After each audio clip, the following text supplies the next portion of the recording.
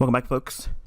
This is going to be a 4-part series, and right away, let me get your expectations in alignment. This first installment, or part 1, is basically one of those commuter episodes, like going back and forth to work. You can listen to it that way because there's not really anything in this one that's going to be graphic intensive. In other words, no charts, nothing like that, no market maker secret concepts being revealed on some charts. It's basically a hypothetical conversation with my younger self. I get questioned a lot by email if I could go back in time. What would I like to do differently? And I kind of twisted that whole idea to come up with this perspective. And if I could go back and tell myself what I know now, and this is basically a hypothetical conversation with my younger self.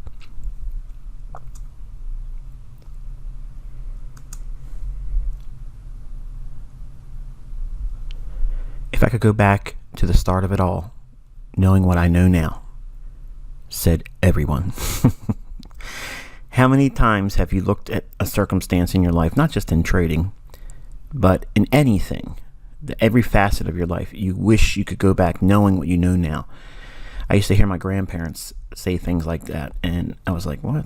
I couldn't relate with it or to it, but being 47, about to turn 48 years old, there is a laundry list of things I wish I could go back and change, not just in my trading journey, but in all facets of my life. So I shared a bunch of those personal things today on my Twitter feed. If you haven't been over there, you can take a look at that and see my open discussion about many of the frailties in my personal life coming up as a younger man into where I am today. I want to talk a little bit about some of the things that I wish I could go back in time and tell my younger self. Now, the way you can use this for yourself is take what I'm saying with a great deal of appreciation, because I weathered a lot of storms financially and personally to get to what I know now. And you may be a very young person or an older person just now getting involved in the markets. You're going to have the same growing pains that everyone else has. And some of these things are going to be things you probably read in books, heard other people talk about, but I'm going to give you my personal spin on some of them and how it applied to me. So it's kind of like a little bit of a little history book of what I was plagued with in my first 6 years. The first 6 years of my trading development is plagued with everything you could have possibly done wrong. And I want to kind of use this discussion to kind of go through some of the major hurdles that I had. And again, since I have children, adult children now, they can hopefully listen to this and mine the experience portion of it. Because a lot of the things that I've put on my YouTube channel and I've taught over the years, it's heavily technical, just a lot of things that are going on in the chart, and I am always accused of being long-winded.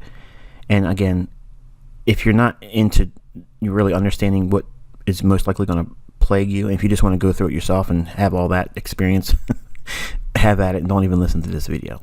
And there's no harm in you not listening to this part. You could really just say, okay, I'm just going to wait to part 2, but it's meant to be a resource for you to glean experience from without having to go through the suffering portion of it.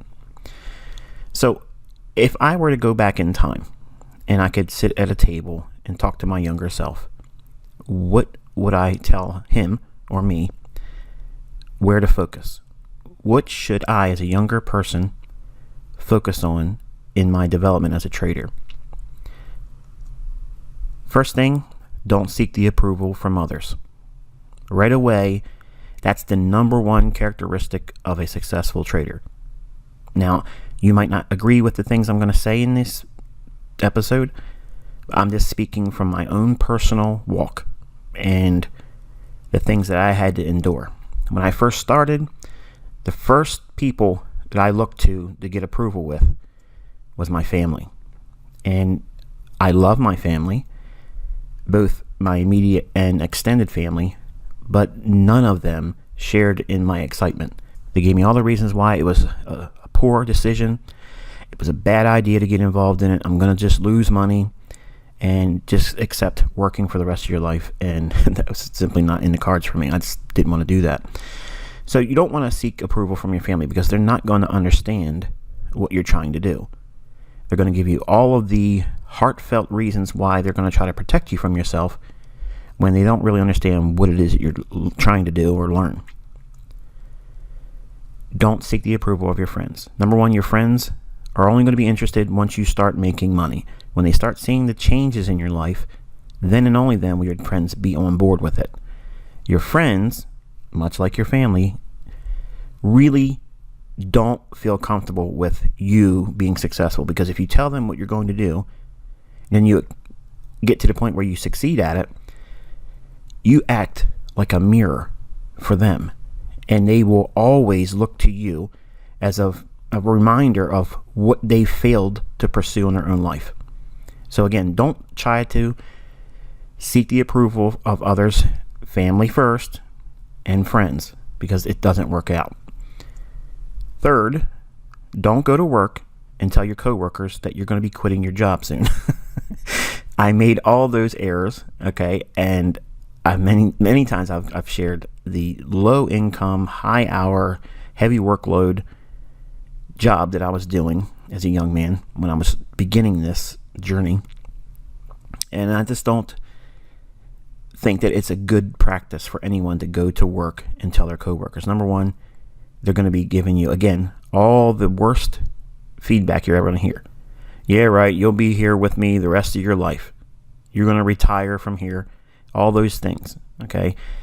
So when you get this feedback from your coworkers, you're going to hate going to work even more, because you might have liked going to work to some degree and hanging out with the people you work with, talking about sports, talking about movies, talking about the opposite sex.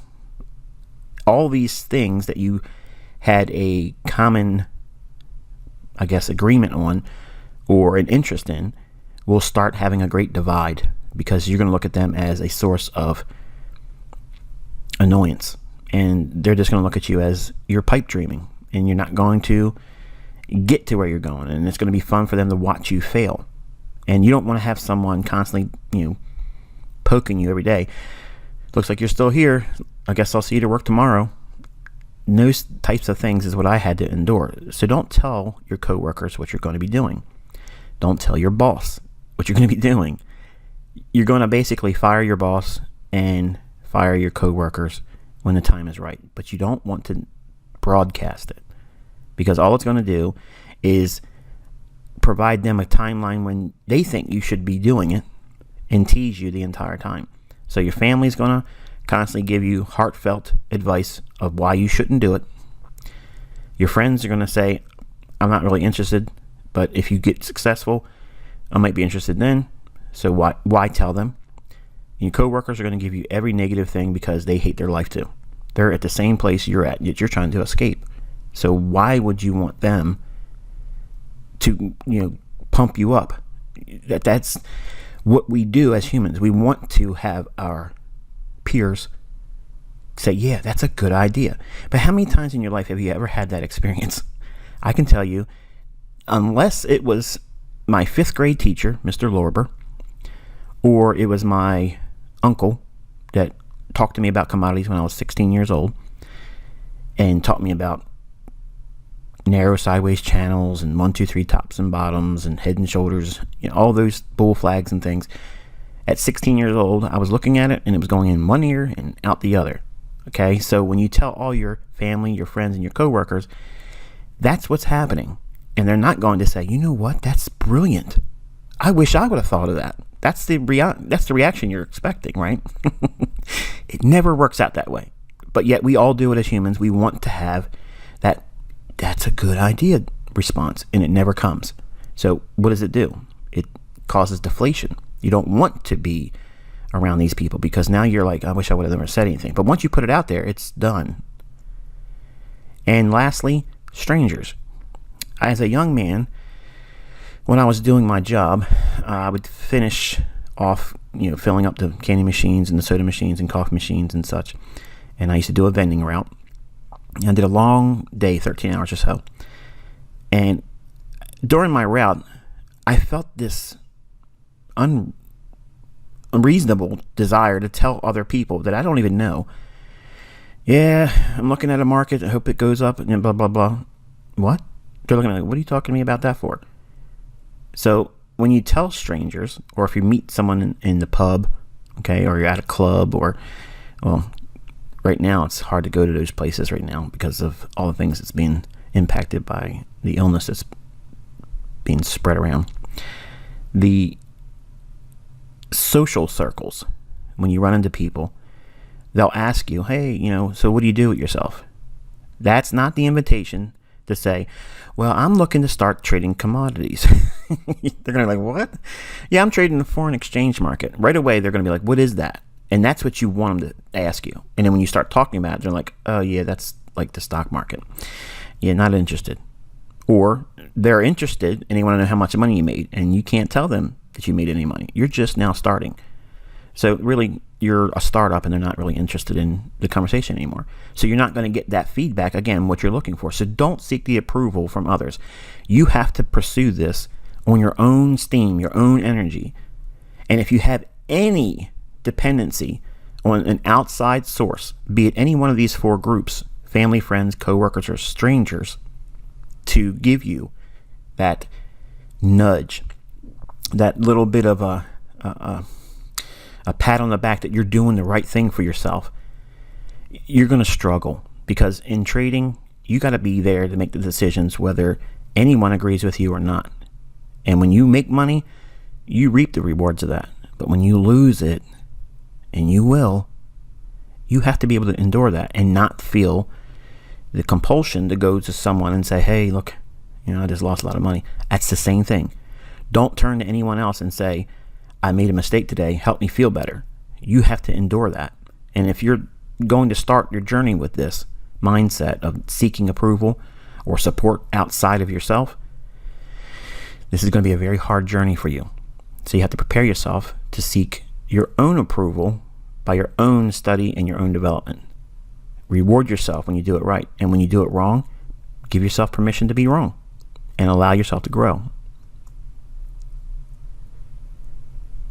Next, learn risk management well and make that your initial, very first thing that you want to master. So you're controlling your impulses to stop telling everybody your business, okay? It's your business. It's not their business. So stop giving your business to someone else. Next in line, it's the risk. You have to understand what you're getting involved in. If you're going to be trading with live funds, you are losing money. That's a 100% guarantee you are losing money. There is never, ever going to be a trader that starts and never has a loss. My very first trade was a loss. I lost 50% of my account overnight. An orange juice option. I had no idea what I was doing. I was baptized, thrown in the water, and drowned. Okay, it was just that short and sweet. And I closed the account, asked for the remainder of my account, and that was the end of my Fox Investments career. That was the brokerage firm I used at the time. And I had to go and discover how to actually look at charts and learn a little bit more about the risks. So I didn't understand risks when I got into trading. I thought that it should work right away because I saw the book. The book said it does this. So therefore, when I looked at the chart, orange juice should have performed the same way because that's what this guy said in the book. This guy told me in at least 3 pages that the market, when it does this wiggle and waggle, then I should expect it to move this particular way. And where does he get off telling me this and then it not being true? You see where the disconnection is? That was how I looked at it because I didn't want to take the responsibility of the risks. And I figured, well, I'm in an option. What's the worst that could happen? All of my money could have been gone. That's the worst. And in one day, overnight, while I was sleeping, woke up expecting to see I'm gonna be in the profits. Yeah, I wasn't expecting that. Down 50%. Welcome to trading, Michael. And it was a shock. And I just completely collapsed. Said, give me my money. I want out. And that money couldn't get back to me fast enough. And back then, they sent it in a check, and then you had to wait for the check to come in the mail. It was awful. So the first thing you want to be focusing on is managing risk and understanding the underlying risks that's available to you if you trade. You want to appreciate the percent over the dollar gain or loss. When I first started, I was interested in making a specific dollar amount. I didn't understand compound interest. I didn't understand the Kelly criterion, optimal F, none of the advanced money management theories that I adhere to now. And I just looked for dollars. If I can make $500 on this move, that's what I want to make. And my stop loss was what was the maximum I could take. And that's exactly what I was doing, because I was afraid I was going to get stopped out. So I had this unrealistic stop loss that was just unbelievably wide, or I didn't have one. I was using a mental stop, which will drive you mental if you're driving in a truck 13 hours a day, getting out, loading canned soda and junk food into candy machines and going around and fixing machines that aren't right. And you're constantly wondering what the market's doing, and you don't have a stop loss. Yeah, it's already bad enough that you have to time the market and pick the right direction. But now you got to add to it that you're doing it blind with no stop loss, and anything can happen. And that's what I was doing. I mean, literally, I was like a cowboy out there riding bulls with no experience whatsoever. And if I was thrown off, it was always going to be the worst case. It was really going to be bad. Every single time I took a loss, it was going to be bad. Either I got crushed and I got out because I couldn't handle the pain anymore, or if I had to stop, it was running against me, taking me out, and it was going to be the maximum risk that I could absorb in that trade. So you want to appreciate the percentage of what you are taking on as risk, also with your gains. So don't be impressed with a specific dollar amount, or don't look at a specific dollar amount as, well, it doesn't hurt that bad because it's only $300. But if your account is $3,000, that's 10%. That's considerable. You don't want to do that, because you can't do too many of those and not see your account be lower to a level where it's a little bit difficult to come back from that as a new trader. So appreciate the percentage over dollar gain or loss. Learn to limit trade frequency. I felt that since the markets were opening up tomorrow, I had to be in there. So I was over trading, and if I got a profit and I was able to get out in intraday, I would well, that was fun. I want to go in there and do it again. When there was 20 minutes left in the trading session, because I was trading commodities, they had pit hours where it would open at this time and close at this time. And I figured, well, it's still open. Anything can happen. And if I'm right, man, I could make some more money before it closes. Had no idea what I was doing, folks. Zero idea. I was looking at these charts, and they were speaking to me, and it was all the wrong things. It was telling me gamble, and that's what I was doing. I had money in the account. There was hours still left in the trading, or 20 minutes in this case, as an example, hypothetically, and I was going in there. And if I could get more money before the close, that's what I was doing. And that's what hurt me, because I didn't understand the risk. When you're getting close to the end of the session, the end of the trading day, or the end of the week, you have to know that there's a large degree of risk in the fact that you're probably not going to see any really major move at that point, because it's already behind you. And you want to limit the number of trades you take, because the more frequency you have in your trades, the more likely you're going to lose. And if you have a lot of trades, you're going to have a lot more losses, and losses mount up, and you don't want that to occur, especially as a developing trader. You really don't want that to occur at any time, really, but you have to learn to limit your trade frequency. Avoid short-term trading, turning it into long-term trading. When I first started, I had no idea on what style of trading that I was going to really focus on. I was being told I wanted to be a position trader. You get on the daily chart, catch a 1, 2, 3, hold it for 3, 4, 5, 6 months, and I couldn't do it. I just couldn't do it. And when I started trading with short-term strategies and such, when I was in winners, that started to move a lot for me.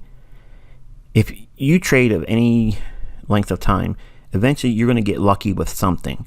And when it starts moving in your favor really explosively, something happens inside of our brain. It's like, okay, this was only going to be a trade for a couple hours and maybe make, 5 or 6 handles in the S&P, or 100 pips in the Forex, okay, or a $2.50 move in the stock that you're trading.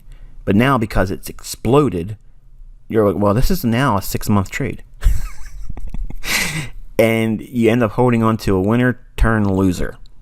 And you changed your strategy from it was going to be a short-term trade to now a long-term trade. And that short-term gain turns into a now immediate loss. It's debilitating. Stick to what you were trying to do. When it gets to your objectives, scale out and get your target and move to the sidelines. Don't change strategies while you're in a trade. It never, ever, ever is a good thing. And be content with enough. If you had a profitable week and it's Thursday, close up shop. Who says you have to trade on Friday? What happens if you have a good Monday and Tuesday and it's way beyond your normal return? Why would you want to press your luck? The chances are you're probably going to give some of that back, if not all of it. And when I was younger, I did that a lot in my first 6 years. But I didn't care. It didn't bother me. And I didn't have any appreciation for the risk. Because I figured, well, I'm going to be right eventually. In every trade, I was swinging for the fences. And I wanted to make lots and lots of money. But the problem with that is, because I was taking on so much risk, when I had a little bit of a profit, I would close because I just couldn't handle it anymore. It was wearing me down. Like, I'm expecting to make $1,000 in this trade. All right, I'm up $250. I just got to get out. I'm fatigued. That's what the market will do to you if you have no appreciation for the risk. Don't undermine your trading by not tackling the first lesson in risk management. You have to understand it and how you personally engage with the marketplace and how you are, I guess, adversely affected. I guess that's the train of thought I'm trying to communicate here, because unless you feel the pain of being in a market that's not moving in your favor or screaming against you, you're not going to fully appreciate what I'm saying here. And as a younger man, I saw lots of equity swings that would make anyone else nauseous. And I didn't care. I had no appreciation. I had no respect for the marketplace because I figured I'm going to get it right eventually. And I went through many accounts, not one or two, many, like 14 individual trading accounts. And I would save up money. My first account was with a credit card. And then the second account was with another credit card, $2,600 on a Nations Bank credit card Visa. And you pay a lot of percentage in terms of interest when you borrow cash. And I just was doing everything wrong. But I was not going to be deterred. Moving on, you want to prevent life imbalances. And this is one of the things that I failed miserably at. I have a pretty large family. I have 5 children. One that was brought into my marriage. I brought one into my marriage. And I had 3 children, or 3 sons, with my present wife. I didn't spend a lot of time with my kids when I was younger. I was consumed with the marketplace. I was consumed with making money. I was consumed with building businesses. I was consumed with real estate, buying franchises, just always money. And most of my children's sporting events, I missed them. And it was very hard to see how much time I missed when I look back and now look at my children as adults. Not all of them. I have a 15-year-old and a soon-to-be 13-year-old that's still living with me. But my older children, I don't have a lot of memories because I allowed the market to steal that. And I chased it more. The faster it ran away from me, the more I would pursue it. Because I was telling myself that I'm doing all of this for them. And that wasn't true. I was doing it for me. Me. Because I hated my job. I hated where I was in life, and I wanted more. And I wasn't satisfied where I was. And every adversity brought on a new sense of urgency that I gotta get this changed right now. And days would pass and turn to weeks, to months, to years. And I missed so much time with my wife.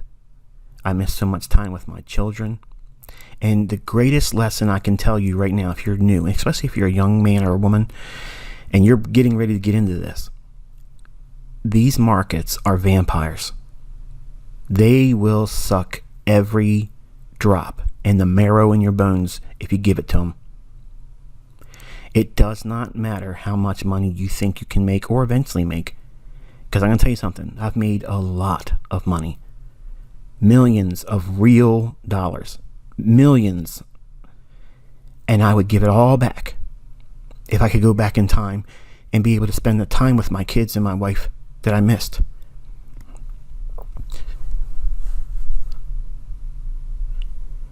I created a prison cell for myself with these markets that I willfully put myself into every single day. And it wasn't enough to be in the daytime worrying about it all day long at work. Was I being a good employee? No. Many times I half-assed my job because I had to get back to the truck where my quote trek was, which was my little quote machine, telling me what the soybean market was doing, or what live cattle was doing, or what the bond market was doing. And I was more concerned about that, and most of the time I was losing money. So I wasn't a good employee at the time. And when I got home in the evening time, what was I concerned about? Family? No. I was concerned about the market. I was wanting to know, what can I do to make more money? And my family will be there when I'm done. And that's a lie. It's a lie. You're going to give up your life if you don't pay attention to it. So how do you avoid it? You have to manage your family time and schedule it.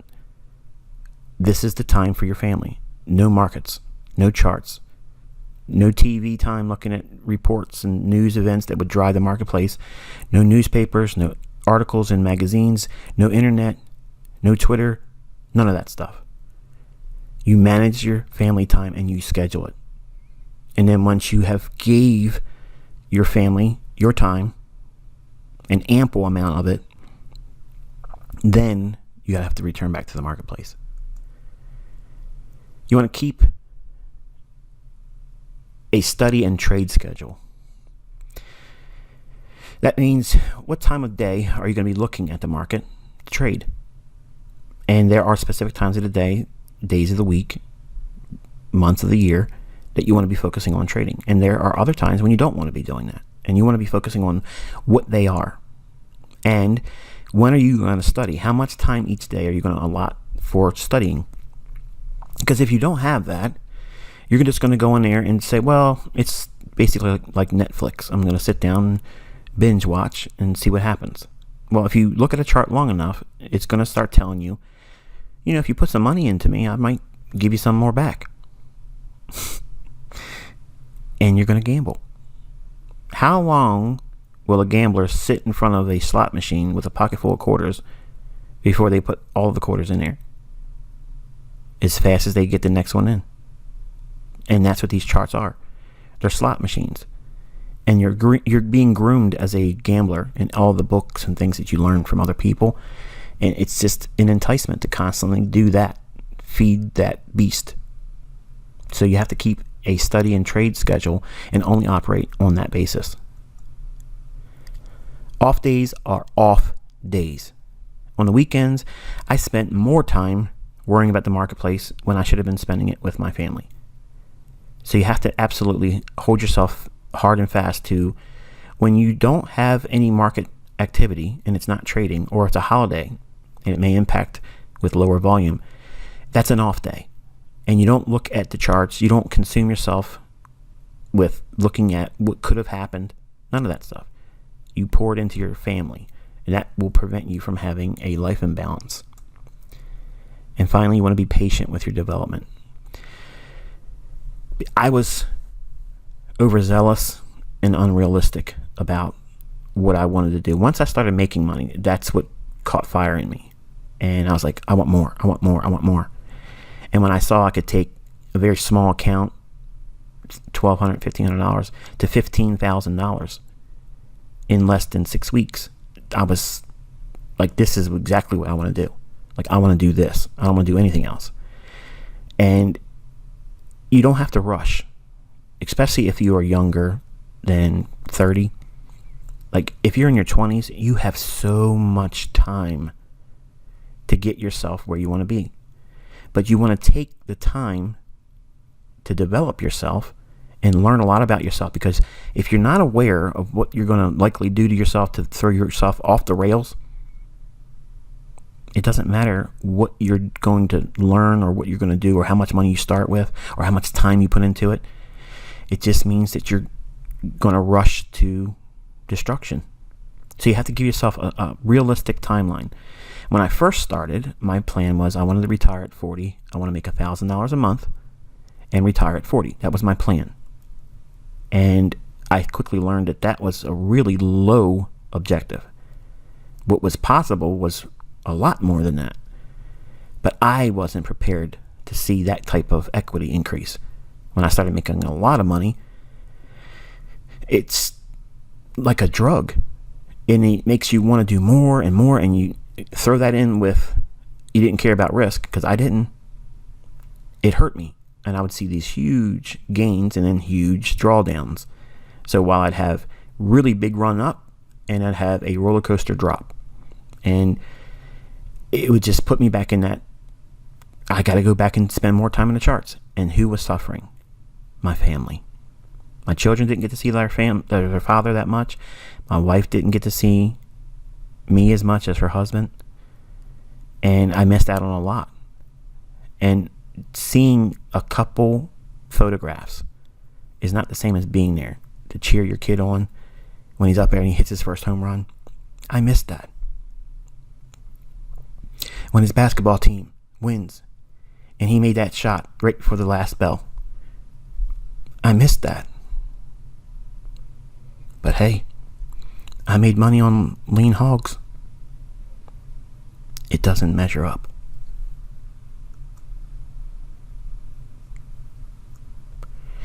Stop buying retail logic and tools. You just don't want to be filling your head up with all of this poor thinking, okay? Because that's exactly what it is. Everything that you learn in retail books and courses is diametrically opposed to how the actual markets work.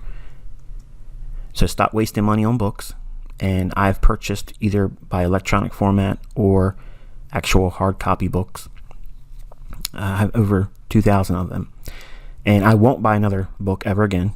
And I wish I would have stopped the second year that I started buying them. I had in my mind I was going to buy as many books as I could, because somebody out there is going to have the secret. And I can tell you, after reading over 2,000 books, none of them did. And there's some real classics in there. And the ones that I do like, I've mentioned before. And I know some of you are new and you want to know what they are. For money management, I like everything from Ralph Vince and Ryan Jones. They do a lot of Optimal F and Kelly Criterion. It's a little bit advanced. I'm not saying that everyone that first starts trading should mess with that, because it's meant to run your account up pretty quick. And you're not going to be prepared for that. And I wasn't either. That's why I couldn't make it work right away. So I had to learn a lot about myself and then tune it for me. How I Made $1 Million Trading Commodities Last Year. It's a 1970s book from Larry Williams. That book still is relevant today. Not every little thing in there is, but majority of that book is. That was the real first inspiration for me to see how smart money operates in the marketplace. And then that was my pursuit for the rest of my life. I was going to crack these markets. So that, Trading for a Living by Alexander Elder, Market Wizards 1 and 2, just for inspiration, and Street Smarts by Linda Raschke and Larry Connors. That's it. Now, if you want to know what to do the opposite of, John Murphy's Technical Analysis of Financial Markets book, that's the retail trader's Bible. I always recommend that one simply because you want to learn how to do the opposite of everything that's being taught in that book. And if you do that, you're going to quickly see how charts are really, really fun to watch then, because it's such a high degree of percentage of failing that it's more likely if you just fade those moves, you'll probably see the chart work in your favor. Avoid looking for hot hand gurus. I did this a lot on America Online. I chased everybody. If they had a service, I was trying it out at least for, well, back then they would do it by the week. Now everything's by a month. And everything was, at the time, a newsletter or a phone number that you had to call and pay a couple dollars a minute or whatever, and they would tell you what they were trading. And I never made money with that stuff. Even Larry Williams, not to be disrespectful towards him, but I, at one time, was paying for his hotline. And you would just call him up and he would have a recording. And it was basically what he was going to do with the bond market and with the S&P market. And I did those trades and I lost money. And again, I'm not saying that he's not a profitable trader. I'm not saying he's not a good trader. I'm not saying he's not a good teacher. I'm just saying my personal experience doing that, I lost money on every single trade. So avoid looking for hot hand gurus. This is the reason why I don't hold people's hands. I don't say, this is what we're going to do. Buy here, sell here, stop. I don't do that, because all that does is create codependence. And you don't want to be a codependent trader. You want to be an independent thinking trader. Become your own signal generator. The big thing is always, as a new trader, you want to find someone that's good. You don't want to find a mentor. You want to find someone that's going to tell you what they're doing and making money so you can copy them. And I fell victim to that too. I didn't want to trust my own analysis. I got lazy in thinking, well, I really just want to make a lot of money. So if I can find someone that's really good, I'll just copy them. And everything they do, I'm going to take the trades. Since they're successful, even if I take a couple losses here and there, I'm just going to stick with it. So what am I really saying there? I'm saying that I'm going to use them as my system, and I'm accepting losses. I know they're probably going to come, but I'm holding out that they're going to have more wins than losses. Now, doesn't that make sense if you applied it to your own strategy? But when you, as a new trader, start, you don't want to accept losses. That's not acceptable. But when you justify your spending, when you buy other people's signals, it's somehow brought into the reasoning part of the decision making that it's something that's acceptable. Losing trades, it's acceptable until you take that first loss, and then you're not subscribing anymore. You go back to looking for another hot hand guru. Be willing to lose, and lose a lot early on. It's part of it. You don't know what you're doing, and no book, no course, even me, if I sat with you every single day for a month, you would still take losses. You would lose. It's unavoidable. But early on, when you are developing, you're going to be wrong a lot. And this is the reason why I tell people, do not trade with live funds. Until you know exactly what you're doing and you understand yourself, and that may be longer than 6 months. It may be longer than a year. For some of you, it might be 2, 3, 4 years, like a college degree. And some of you aren't prepared for that. And there's no shame in you saying, you know what, this ain't for me. That's good. That means you're not going to lose money. That means you're not going to have imbalances in your life. It means that you're not going to hurt yourself, both financially and psychologically. Because I did that. I caused physical problems with an eating disorder. I developed agoraphobia, which was a fear of being around other people, because I didn't want them to find out how bad I was losing. And I wish I could go back in time and tell myself, losing is normal. It's acceptable. It's part of the business transactions. In this industry, you're going to have losses. Control them. Over time, you're going to make more money than you lose. I didn't think that way when I first started. I was trying to avoid losing altogether. And then every single loss was a paramount event. Like, it was huge. It was elevated to some grandiose, painful, just terrible thing that I had been enduring, when it's just, I did it wrong. Simple. You made a mistake, Michael, and you're going to make lots of them. 27 years from now, you're going to have so many losing trades. You're going to look back and say, you know what? It didn't kill me. So be willing to lose a lot early on in your development. That's why you want to do it on paper. That's why you want to do it on demo, because you need to see what it feels like to be wrong a lot and not have the money taken from you, and then correct those problems before you put real money at work. Stay away from social media drains. Well, in this age, we have a lot of social media, but back when I first started, November 5th, 1992, social media was just starting up with message boards, or bulletin boards, they call them. So it's kind of like Twitter, or, not so much Instagram, but basically like Twitter. People would just communicate with open emails. Basically, the format was whatever you would look at and see that would be sent by way of an email. It would just be a open source where people could see what everybody was doing. A message board, basically. And I would get my feelings hurt back then because someone would say, that's a stupid idea what you're doing. And then when I was doing it right, everybody was like, man, you are a rock star. I'm taking that trade. And I was like, yeah, I know I'm making money now because he or she thinks it's a good trade. Man, that's stupid. That was dumb. I let other people back then influence my decisions or change the level of expectation I had on the trade, because if they said, man, that's a good idea, I think it's going to go to 1150 when I was looking at like 1080, and I'm thinking to myself, yeah, they're probably right. And I would change my trade to what they're saying, because, man, I don't want them to be right and me miss out on that extra profit. You see what that trap disc did? It took my trade away from me, and now I took their trade. Who's in control there? It wasn't me. I let go of the wheel. Don't join trading clubs. Okay?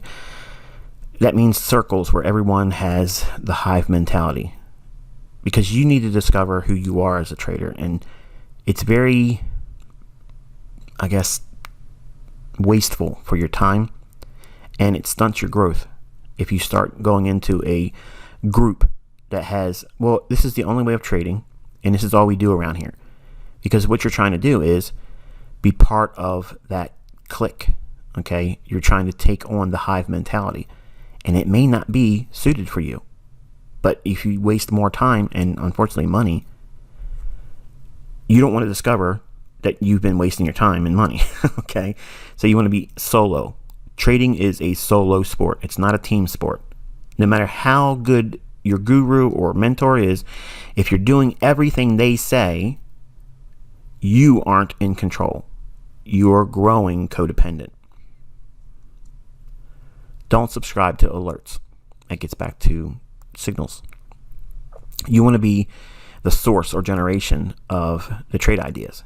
That way, when you're wrong, you're forced to assume the responsibility. You can't say, well, I just listened to that person. They were wrong. They suck. Well, what are you going to do about it? Well, I'm going to find somebody else.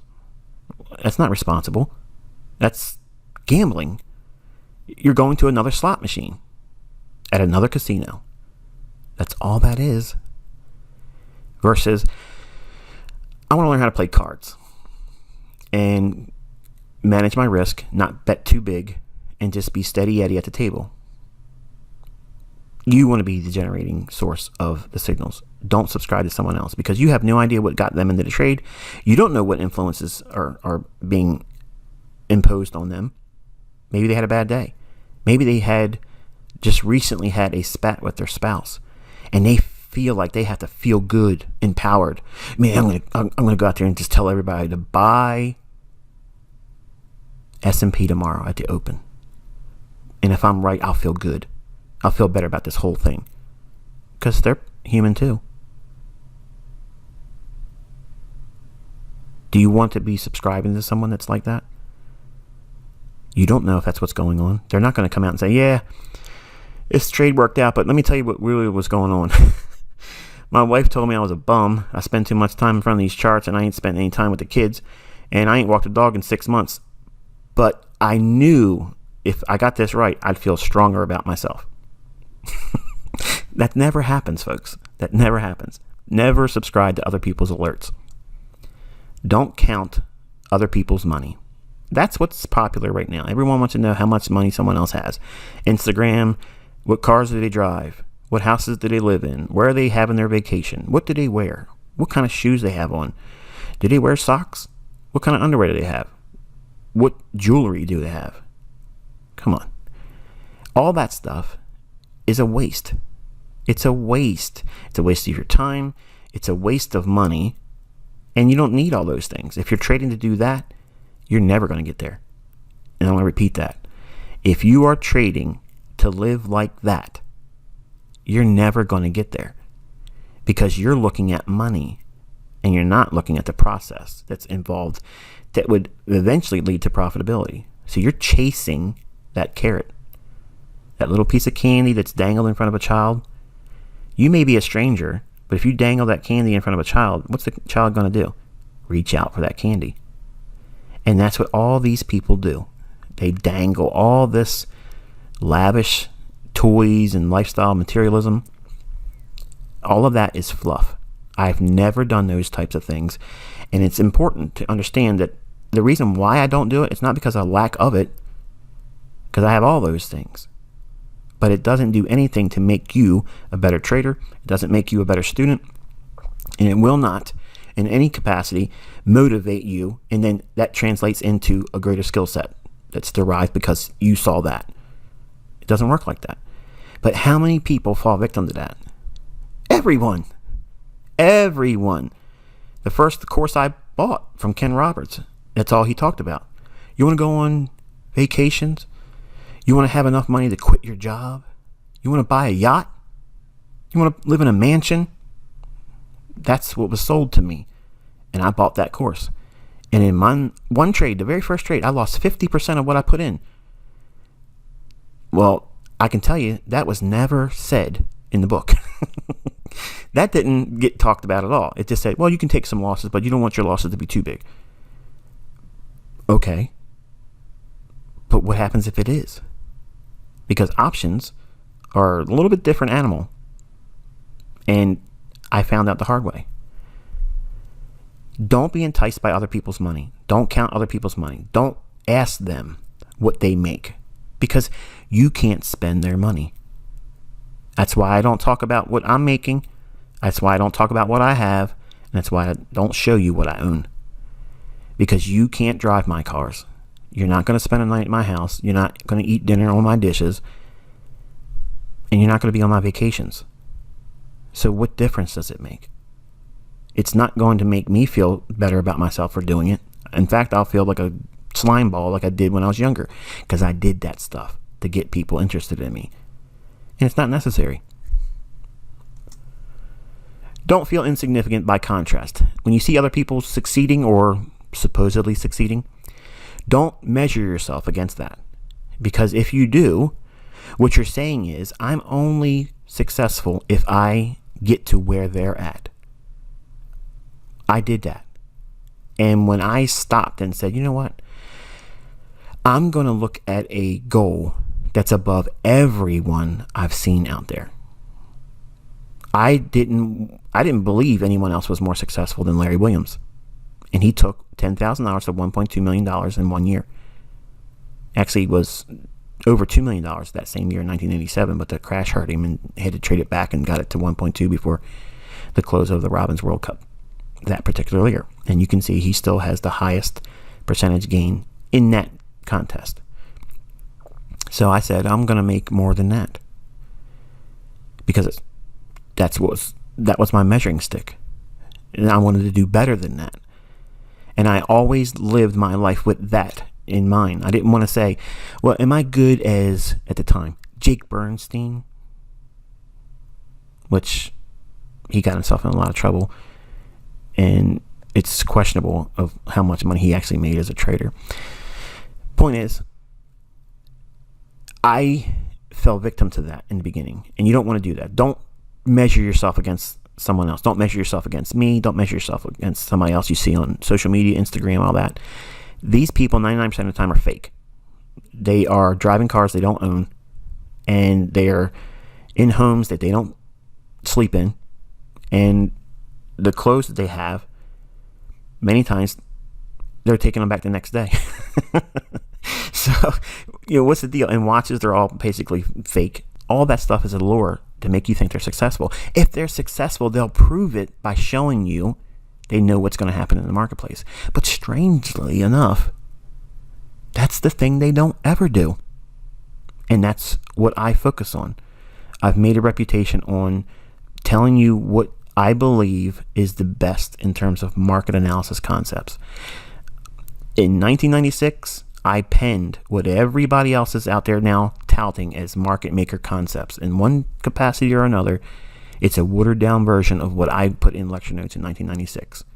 What I started using in 1995, improved with real money, I started teaching one-on-one sessions, and they have made their way through the internet over time, and now we see even more of it. People have wrote books about it.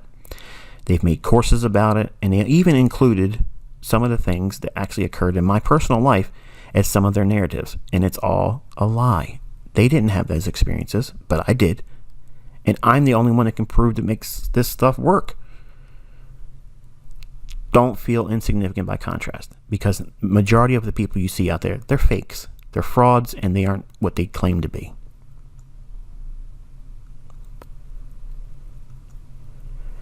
Match your style to your personality.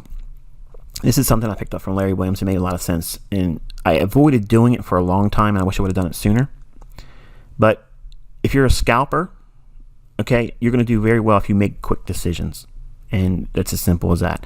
If you hem and haw about trying to make a decision and you want to be a scalper or a day trader, it's going to be a problem. And if you short-term trade, typically you're the type of person that can take a trade and sleep while you're in it. That is a real good general rule of thumb. If you can sleep while you're in a trade, then you're probably a good short-term trader.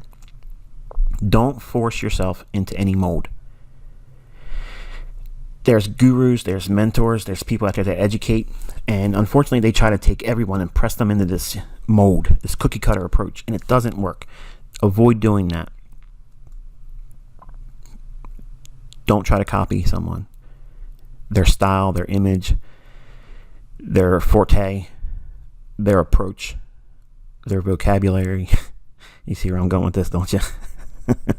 So many people out there on YouTube now sound a lot like ICT. Don't try to copy someone. Be original. Make your own unique model. Don't change trading approaches. Stick to one approach, one method. Master it, and then see how you work with it. That means you're going to have to spend some time with it. Most people don't want to do that.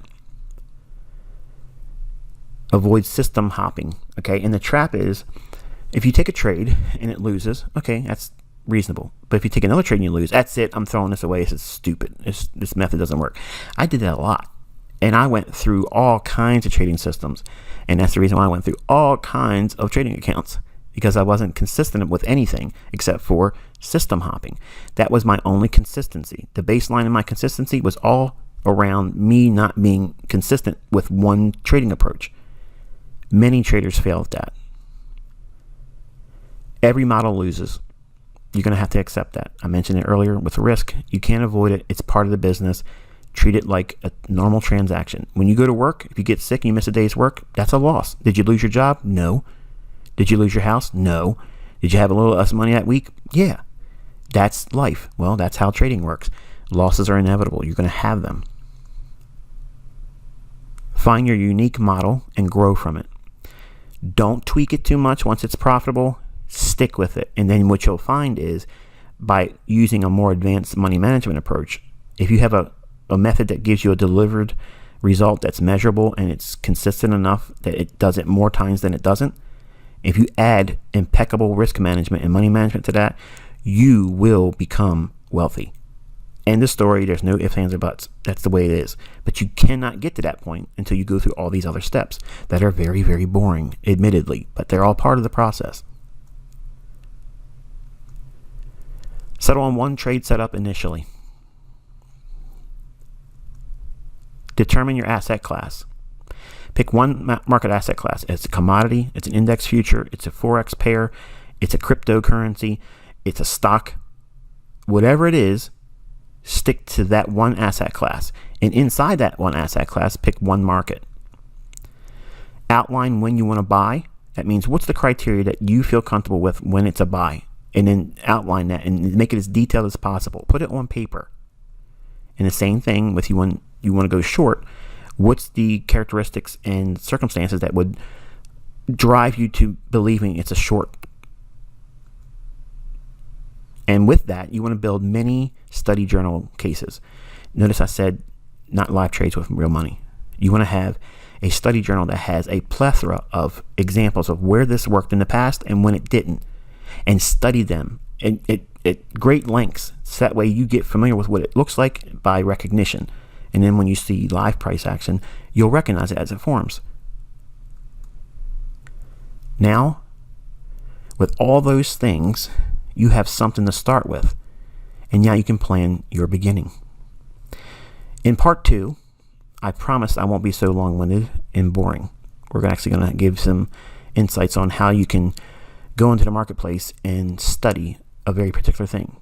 And what that is the optimal trade entry. Until I talk to you then, I wish you good luck and good trading.